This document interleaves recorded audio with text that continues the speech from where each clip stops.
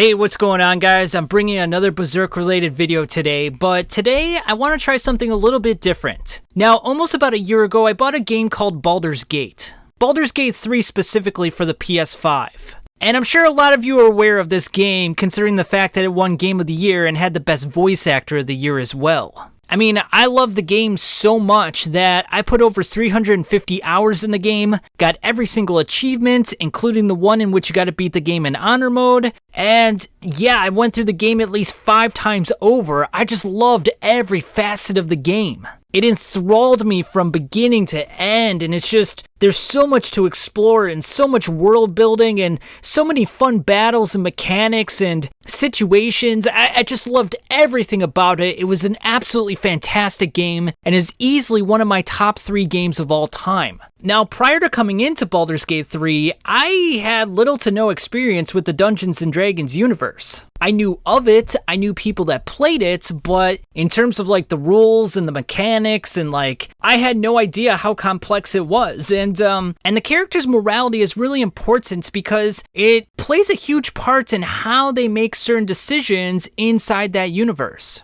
For example, when you're talking to a merchant, being lawfully good will be a lot more advantageous than being chaotically bad. However, being chaotically bad might serve advantages in different ways. If you just want to steal the merchandise free of charge and be about your merry way, that's certainly an option.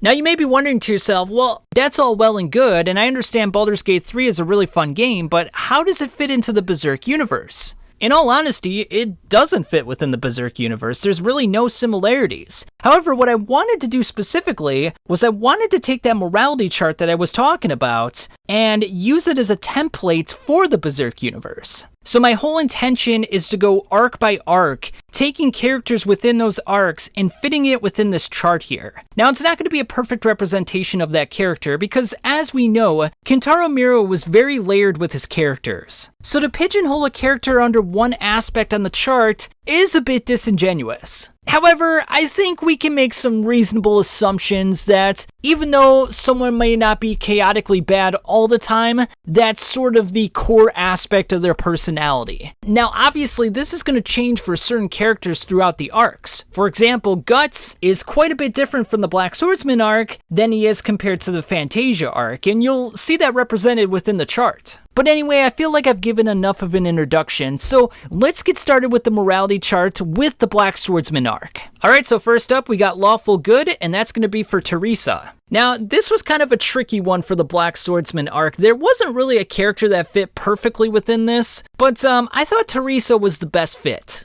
Although she's a prisoner to her father, she never does anything within this arc to say that she's a bad character.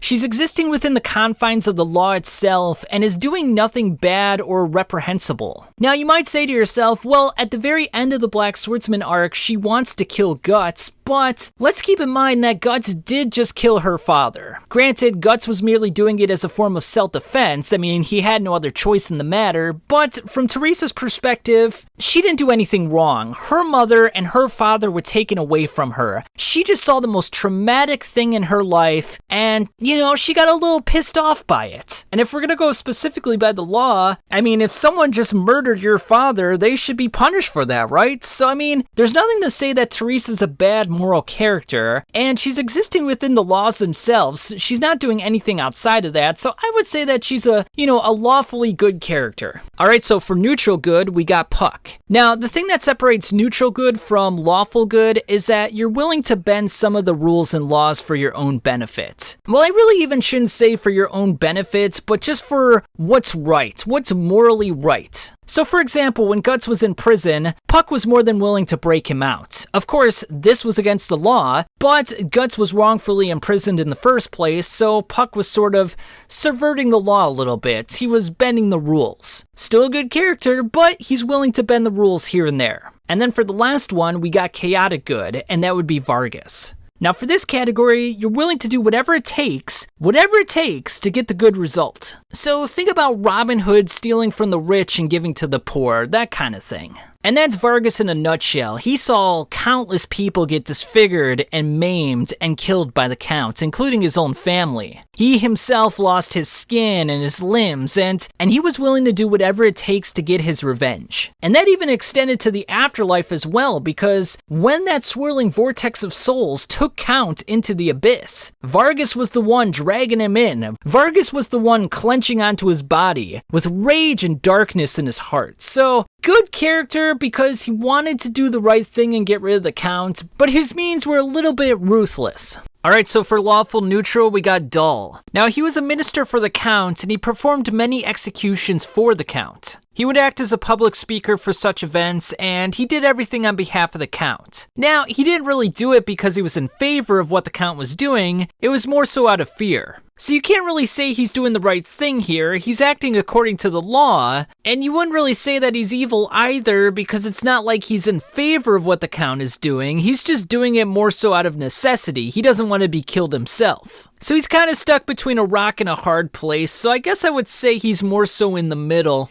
And then next we got the Demon Child as neutral. Now the Demon Child is a bit ambiguous in the Black Swordsman arc. We can't really tell whether or not he's good or evil. Now, he does have a moment in which he sort of mocks Guts after Vargas gets killed. Guts decides that he doesn't want to help out Vargas and just lets his head get chopped off. So the Demon Child sort of gives him a reminder, hey, even though you didn't help out this guy, that life is still on your conscience. You have to live with that fact. You could have saved him, and yet you stood here and you did nothing. So I kind of viewed it from the prism of, the Demon Child's not really doing anything good, it's not really doing anything bad, it's just kind of serving as a reminder. It's almost serving as a moral compass for Guts in a way. Finally, we got Guts as chaotic neutral. Now, you can't really say that Guts is good in the Black Swordsman arc, because he takes pleasure in killing the Snake Baron and the Count. I mean, when he's shooting the arrows into the Snake Baron's face, I mean, he's just absolutely loving it. So he is taking out the bad guys, but it's not like he's doing it for the people, he's just doing it for his own selfish reasons. He's pissed off that Griffith killed the Band of the Hawk and raped Casca. But even then, it doesn't even seem like he's doing it for the Band of the Hawk at that point. It seems like he's just doing it for his own selfish needs. Now, that does change going forward in the future, but at this point in the story, he's a little bit jaded. He's been fighting these creatures for months and years now, and he's just at his mental limit, so he just can't really stand them anymore. It's become personal in a lot of ways.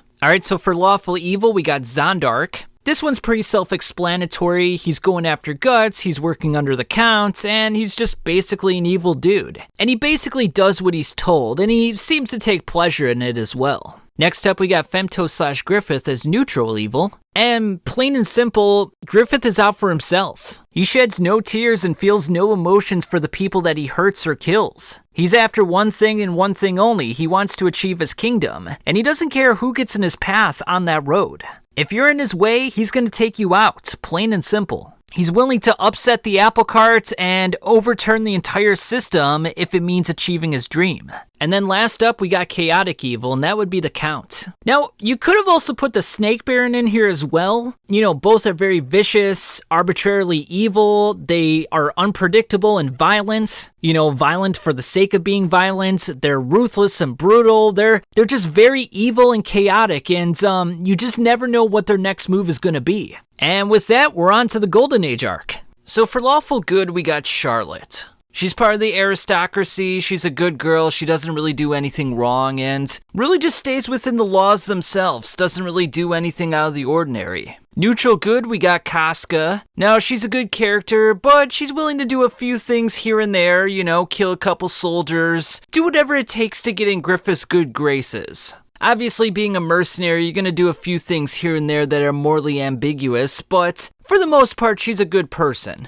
And then chaotically good, we have Guts. Now, we saw in the Black Swordsman arc that he was chaotically neutral. You know, he didn't really care whether or not he was doing a good or a bad thing. But in the Golden Age arc, I feel like he still has his innocence. He's still a good guy at his heart. He gets a little bit corrupted by Gambino and Donovan, but at the end of the day, he's still a good guy. He's looking out for the various members of the Band of the Hawk. He goes out of his way to save Griffith in the Midland torture chambers, and, you know, he's just generally a good dude. Now for Lawful Neutral, I put Minister Foss. Now he's definitely a devious guy who's very opportunistic. so one might conclude that he's actually rather evil, especially considering the fact that he was working with Julius to have Griffith murdered. But I would contend he's not really an evil guy. He's more so just trying to benefit himself in the long run and trying to secure his position and his family's safety. As an example, he went out of his way to kill the Queen of Midland just to save his daughter. So he will do the right thing by his family, but at the end of the day, he still has some very devious methods, so not really a good guy, not really an evil guy, just kind of in the middle. Skull Knight I put at neutral because it's hard to tell within the Golden Age arc which way he's swaying. He definitely knows about the eclipse and what's to come, but seems to do very little to stop it. I mean, if he knew that Griffith was going to become Femto, why didn't he just kill Femto in the first place? Why did he allow the eclipse to take place? Is it because he needs Griffith to become Femto so that he has an opportunity to kill Void? Is it because he wanted to use the eclipse as a means for killing Void? And if that's true, then that means that he's out for his own selfish desire. It's postulated that he was King Geiseric, and that Void was the one who betrayed him over 1,000 years ago. And if that's the case, it means that he's out for his own selfish revenge. Which means he's not really acting in the good of the people, and he's not really evil, he's just kind of acting to his own will. So next up we got Nosferatu Zod, and he's chaotically neutral. Now, for him to be chaotic is not too surprising. The guy's always looking for a fight, he's willing to kill anyone that gets in his way, he loves blood and battles, so that's pretty self-explanatory, but neutral might not be so self-explanatory. My reasoning is that he doesn't really care who he's fighting for. He doesn't care if he's fighting for the Tudor army or the Midland army. He's just looking for a good battle. If he can get that battle against Guts and Griffith, he's more than happy to do that. And then, of course, him being an apostle, but not going into the festival, not going into the eclipse to enjoy the bloodshed, is kind of indicative of his mindset. He's not looking for easy prey. He's not looking for a quick kill. He wants a good battle. He wants to be entertained. So even though Guts and Casca, who have been branded, are the enemy of the apostles, he lets them go. And he does this because he understands that if Guts lives on, if he manages to survive those endless nights with the apostles and the spirits, he's going to put up a good battle in the future. So he's allowing to let them live, even though they're the enemy of the apostles and the God Hand, just for his own selfish reasoning. So I would say he's neutral in that regard. Next up, we got Lawful Evil, and that's going to be the King of Midland.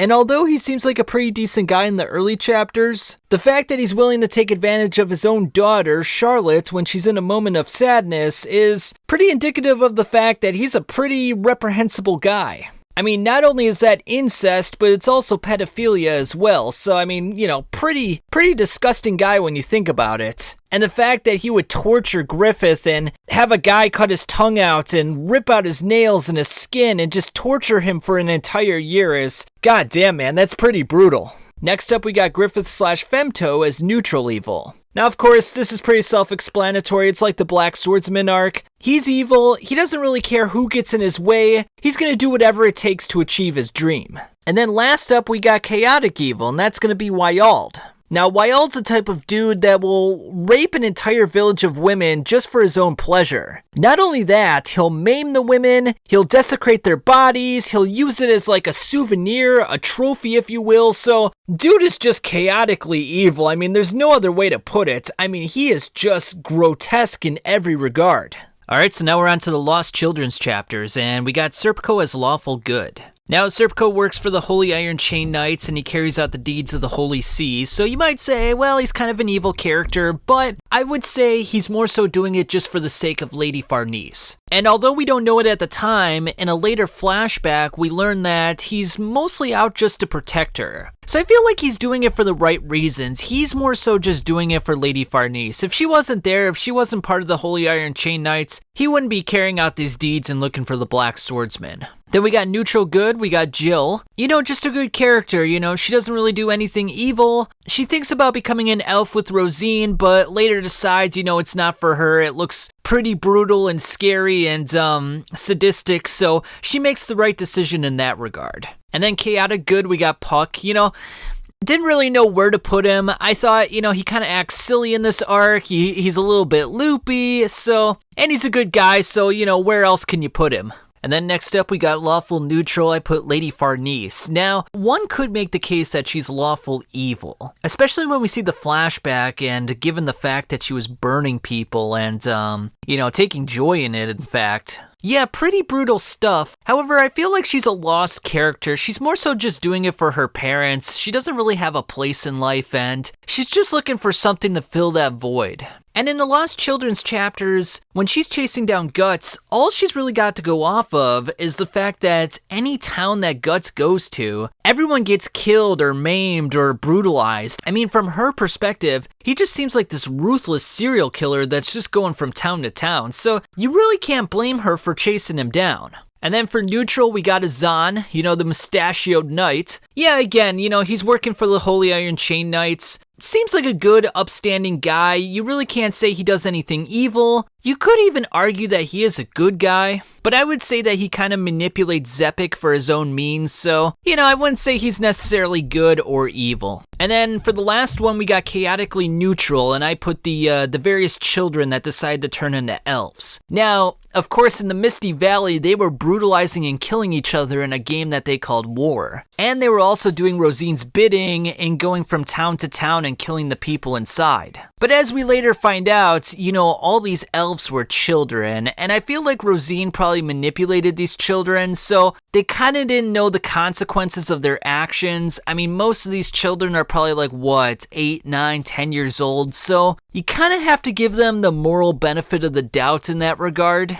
So I would say that they're more so victims of their own innocence. They're not really totally cognizant of what they're doing yet. And then next up, we got Lawful Evil. I put Zepik. Now, he was working with the Holy Iron Chain Knights to chase down Guts. And, of course, he was just a terrible father. He brutalized his daughter, Jill. He took advantage of her. He allowed his friends to potentially rape her. At least that was the context clues that were given within the manga. Anytime you saw Jill with his friends, she had that very sad look in her face, like something very terrible happened. So he was just basically out for himself. He didn't really care about his daughter or his wife, so definitely an evil dude. Rosine, neutral evil. She sacrificed her own parents to become an apostle. Obviously, her father was very abusive and terrible. He felt like Rosine wasn't really his daughter, given the fact that someone raped his wife when their village got brutalized, so it's very possible that Rosine wasn't his biological daughter. So, he had misgivings about that. He felt,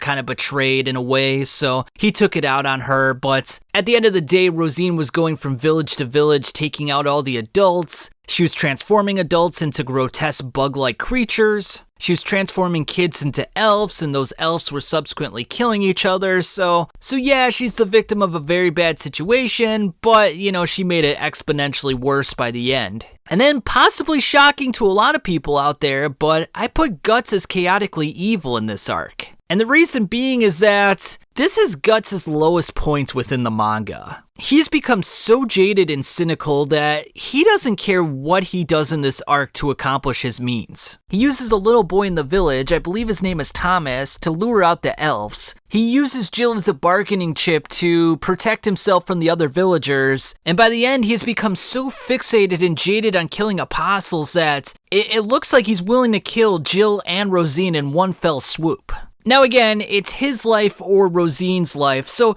you can understand his perspective, but given the various actions that he does in this arc and his just general disposition, I would say, he's bordering on evil. And it's the very reason that he gives birth to the Beast of Darkness, because so much of that hatred was swirling within him that it almost had to go somewhere else. Alright, so now we're on to the conviction arc, and for Lawful Good, we got Luca. Now, Luca is part of the various prostitutes, and she's sort of the leader. She sort of takes care of everyone, is the moral compass, and really looks out for the girls in the group, especially Casca when she can't talk or speak for herself. So, just a very good person who is very selfless. Rickart's gonna be neutral good. You know, he takes care of Godo when he's sick. He makes a grave for all the members of the Band of the Hawk that passed away during the eclipse. And, he takes care of Erica as well, so just a really good dude. Isidro I put as chaotically good. Now, he's a little bit of a rapscallion. He tries to steal Guts' sword and kind of just a little bit of a jerk-off. But at the end of the day, he is a really good guy. He puts his life on the line for Casca right before she gets burnt as a witch. So, you know, definitely a weird, chaotic guy, but definitely has a good heart at the end of the day. Now again, I put Farnese at Lawful Neutral. Nothing really changes here, so, we'll just kind of move on. Serpico I moved from Lawful Good to Neutral. Although he's out to protect Farnese and he's got good intentions, in this arc you see a little more of his, devious side, I would say. While Guts is going about his business, Serpico kind of serves as a roadblock in this arc and even fights him on a cliff's edge, so kind of in the neutral in this arc, I would say. And then for chaotically neutral, I put Nina. Now, she was a participant in the sexual cult and, was participating in orgies. And she was even encouraging Joaquim to participate in the orgies as well. And it even goes so far that Lucas slaps her in the face and starts to punish her with slaps to the butt as well. So, definitely has some weird proclivities. I wouldn't say she's an evil character. What she's doing is not really hurting anyone. It's just really depraved and weird. Alright, so for Lawful Evil, this one's not going to be too surprising. I put Mosgus. He's using his powers from the Holy See for evil intentions. He's brutalizing the people, putting them on wheels, torturing them in all sorts of manner. It even goes so far that Farnese is just absolutely appalled and scared by what she's seeing. So yeah, definitely an evil dude. Neutral evil, I put the Beast of Darkness. And I think this one actually fits quite well because now he's the one from this point of the manga on who pushes Guts in all the wrong ways. He's the one that's encouraging Guts to relinquish everything, his bone, his flesh, his very body itself, his soul, for more power so that he can fight the God Hand, so that he could fight and potentially defeat Griffith. Now at the end of the day, I believe he has to work with the Beast of Darkness in defeating the God Hand, but if he allows the Beast of Darkness to consume him completely, he's going to lose everything dear to him and potentially end up like the Skull Knight. So I would say in this regard, he is an evil person, quote unquote person. And then for chaotically evil, I put the Great Goat. Now, this is a nameless man who presides over the heretical cult near Albion. He becomes a pseudo-apostle thanks to the egg of the perfect world. Definitely doesn't seem to have any sort of good intentions whatsoever. And the guy is so weird and evil that for new members to join the cult, he has them kiss the heart of his phallus, which is like a snake. So yeah, it's just kind of a weird, evil dude. I don't think there's much to discuss here. Alright, so for the Falcon of the Millennium Empire arc, we got Mule for Lawful Good. Now, even though they didn't have the manpower, he valiantly fought against the Kushans that were invading his lands. So he was doing the right thing by his people, and yes, he does follow Griffith, but I feel like he's kind of under Griffith's charm. I mean, so did Guts and Casca in the Golden Age arc, and I don't think that makes them evil. They didn't know at the time how evil Griffith was. And the same thing goes for Mule as well. His intentions are good, it's just he's unaware of all of Griffith's abhorrent actions in the past. Shirka I put as neutral good, a good witch that wants to lend a hand. She's a bit apprehensive about the outside world at first because, the outside world kind of shunned witches and magicians and such, so she felt a little bit betrayed by the people. But after a while, she learns to trust them, especially when she spends time with the Guts' group. And then chaotically good, I put Salat. Now, Salat was working directly under Emperor Ganishka. However, he recognized that Ganishka was using illicit sorcery to sort of make a demon army for himself, and he definitely wasn't in favor of that. He called him a dread emperor. So he wanted to do something about it. He knew that he was evil. It's just, with the limited resources he had available, he couldn't really do anything. Next up, we got Lawful Neutral, and we got Sonya. You could reason that Sonya is lawful good just like Mule, but I feel like she's so entranced by Griffith that she literally would do anything he says. Like if he asked her to commit genocide, she'd be all up for it, But at the end of the day, I don't feel like she's inherently good or bad. She's just very easily manipulated. Now for neutral, I put the Moonlight Boy. Now, I thought about putting him as neutral good, but here's my reasoning. The Moonlight Boy is pure innocence and goodness. However, he does share the same body with Griffith. This was later confirmed in chapter 364. So on one hand, you got pure innocence and goodness in the Moonlight Boy, but on the other hand, you have pure evil and malice in Griffith. Now, is that unfair to put the Moonlight Boy in this category? I mean, he can only last for a short period of time anyway, and yes, he is pure goodness, but we have to take everything into context. The fact of the matter is he does share a body with Griffith, so I feel like, when you got pure evil and pure goodness on both sides of the spectrum, you kind of end up right in the middle. And then for chaotically neutral, I got Zod. Now again, he's working under Griffith, so it'd be very easy to label him as evil. However, like I said in the past, he more so is just looking for strong opponents. He doesn't really care who he's fighting. He'll kill random civilians or apostles or Ganishka's army. It doesn't really matter to him, he's just looking for a good fight. Now yes, he is being used by Griffith, so we could sort of lean into the evil category, but again, I don't know, I feel like he's more in the middle. Alright, so for Lawful Evil, I put Ganishka. I think this is pretty self-explanatory. He commissioned Daiba to make the man-made Beylit so that he could transform into Shiva. He was brutalizing the various people of Midland, he took over their country and just straight up a dread emperor. Salat said it best himself. And then Daiba is neutral evil. Like I said, he made that man-made Beylit, which was a construction of dead apostles with the amniotic fluid of human women. So he absolutely brutalized many women in the Midland area. He used the fetuses and transformed them into the Daka. And he was the one that gave the Beylit to Ganishka in the first place and was most likely manipulating Ganishka for his own purposes. So, just straight up an evil dude. And then for chaotically evil, I put Roxas. Kind of funny because all the evil ones are from the Kushan Empire, except for Salat. Roxas is working with Griffith, and at the same time, he wants to take Griffith's head. So you could say, well, maybe he's more so just neutral, but I don't know. I get the feeling from Roxas that, he doesn't really care who gets in his way. He just seems like the type of dude that would just like to kill to have fun. I feel like this is different from Zod because Zod's not really having fun when he's killing people. He's just looking for a good fight. Whereas Roxas, he's just the type of dude that Jeffrey Dahmer type, just a really creepy looking dude here. Alright, so we're on to the final arc of the series, that being the Fantasia arc, and we're going to start off with Lawful Good, and for that I put Danan.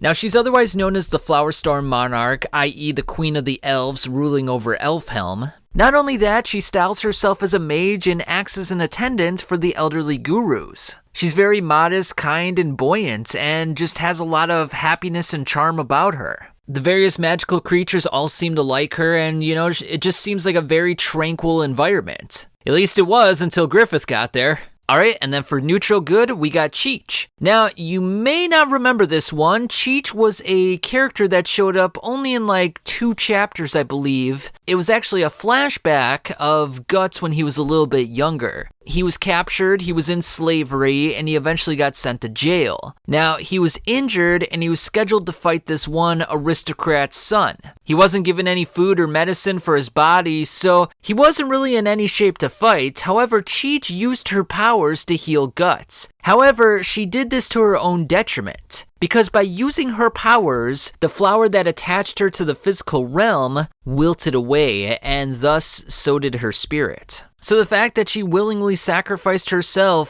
for Guts' cause is very noble and very kind, well deserving of this spot. And then for chaotic good, we got Isma. Now, Isma was living on a fisherman island, and it turns out that she's a half Marrow. Her father was a human, and her mother was a Marrow. And she's just an upstanding, good character, Helps out the Guts' party, especially when Guts was trying to fight the sea god. She provided that sound effect that basically stopped the whale god, the sea god, in its tracks so that it couldn't move anymore. It couldn't make that reverberating sound that was incapacitating Guts, so it gave him that brief moment in which he could cut the heart. So yeah, definitely a good character. Again, she happened to disappear as well with the arrival of Griffith on Elfhelm. Now for Lawful Neutral, I put Martino. Now again, you might have forgotten who Martino was. He was that guy that showed up in the flashback. Him and Guts were both slaves, they were both in chains, and Martino basically used Guts as a distraction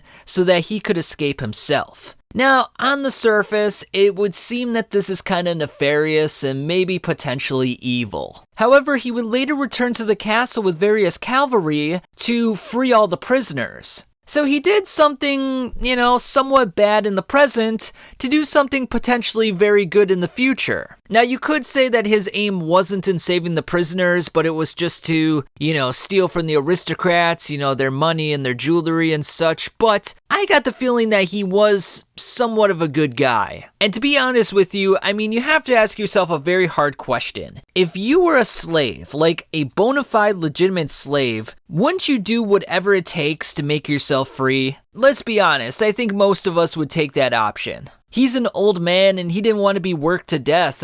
Totally understandable. And at the end of the day, he did the right thing. He did return to the castle and he did free Guts. So all's well that ends well, I suppose. So for neutral, I put Hanar. Hanar's the blacksmith that made the Berserker armor, and he's the one that stimulates the blood vision within that armor so that Guts can see Skull Knight's past. Now, Hanar lives in the depths of Elfhelm. He's kind of a gruff, no-nonsense kind of man. Can't really say he's good, can't really say he's evil, just kind of in the middle. And then for chaotically neutral, I put Morda. Now, Morda probably deserves to be in the chaotically good tier like Isma, but, I had to fill out the chart, and I felt like she was more chaotically neutral than Isma was. The reason that I thought this is that she's not really a bad person, she lives on Elfhelm, she exists within the rules, she's not trying to harm anyone, but she's willing to go to any lengths to protect the island. For example, when the Guts' party was first arriving on the island itself, she used her magic to stimulate that fire golem to attack them, the flaming wicker man. As we know, that flaming wicker man was like a collection of thousands of souls. So how they got those souls and how they contained it within that wicker man is anyone's guess. But she's not adverse to defending her homeland. She's not adverse to using violence to defend what she believes is hers. So yeah, I would say in that regard, she's not really good, not really evil, just kind of in the middle. And then for lawful evil, we got Locus. He works for Griffith.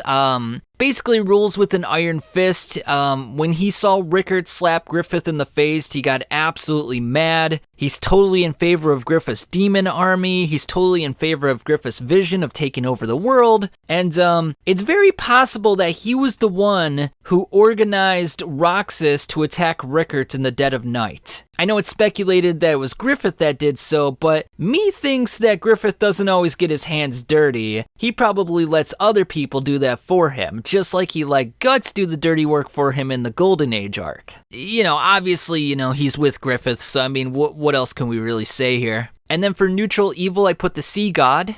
Obviously, the Sea God was using its tentacles to possess the inhabitants of Isma's island. It was possessing the various pirates like Bonebeard. And yeah, just a weird entity that seems to have existed for quite some time, possibly centuries or even millennia, so who knows. And then finally, we got chaotically evil, and that's going to be Bonebeard. Now, he's a swashbuckling pirate. He picks a fight with Isidro.